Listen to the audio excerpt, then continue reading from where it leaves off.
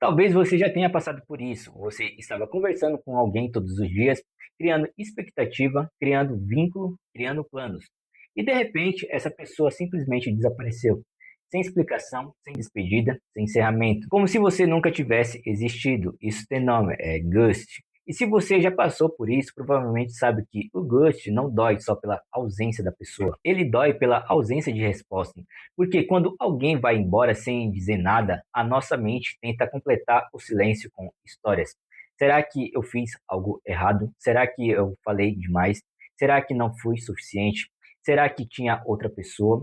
O problema é que quando não existe encerramento, o cérebro continua procurando sentido. E muitas vezes ele encontra culpa. Hoje, o ghost virou algo tão comum que parece até normal. Mas normal não significa saudável. A tecnologia mudou completamente a forma como as pessoas se relacionam. Antes, desaparecer da vida de alguém era difícil. Hoje basta parar de responder uma mensagem. Aplicativo de namoro, redes sociais, conversas rápidas, tudo isso facilitou conexões rápidas.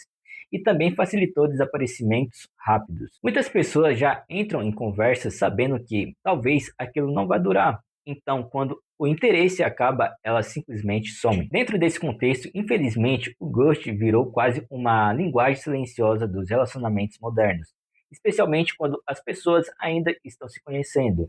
Mas existe uma grande diferença entre parar de conversar com alguém que você conheceu ontem e desaparecer da vida de alguém que já fazia parte da sua rotina. Quando o ghost acontece dentro de um vínculo emocional mais profundo, ele deixa marcas muito maiores, porque não é só o contato que desaparece, é o sentido da relação inteira. E aqui vem uma parte importante que pouca pessoa fala.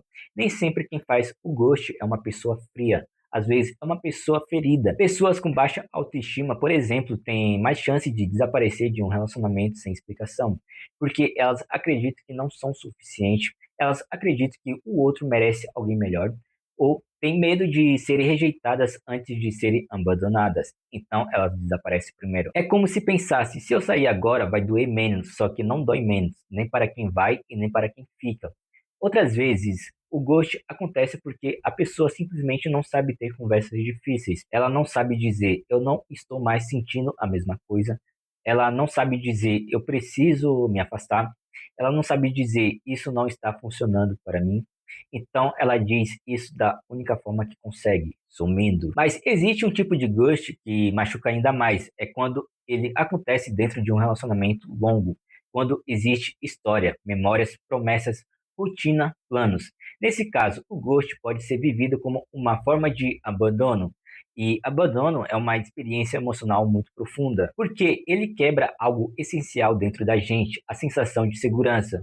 Muitas pessoas que passam por isso começam a duvidar de si mesmas, da própria percepção, da própria intuição, da própria capacidade de confiar novamente. E a dor pode ser ainda maior quando a pessoa que desapareceu aparece rapidamente em outro relacionamento, porque isso faz parecer que o vínculo nunca foi importante, mesmo quando foi, mesmo quando era real, mesmo quando significava muito. Mas existe uma pergunta importante aqui. Existe alguma situação em que desaparecer da vida de alguém pode ser saudável? Sim. Quando existe desrespeito, quando existe manipulação, quando existe violência emocional, quando existe alguém que constantemente te machuca. Nesses casos, cortar contato não é ghost, é proteção emocional, é autocuidado, é recuperar o controle da própria vida. Às vezes, bloquear alguém não é imaturidade, é sobrevivência emocional. Se afastar de alguém que te fere não é egoísmo, é responsabilidade com você mesmo. E se você foi a pessoa que sofreu ghost recentemente, talvez a pergunta mais importante não seja por que essa pessoa foi embora. Talvez a pergunta mais importante seja: o que eu faço comigo agora? Porque quem desaparece sem explicação leva a presença embora, mas não precisa levar a sua autoestima junto.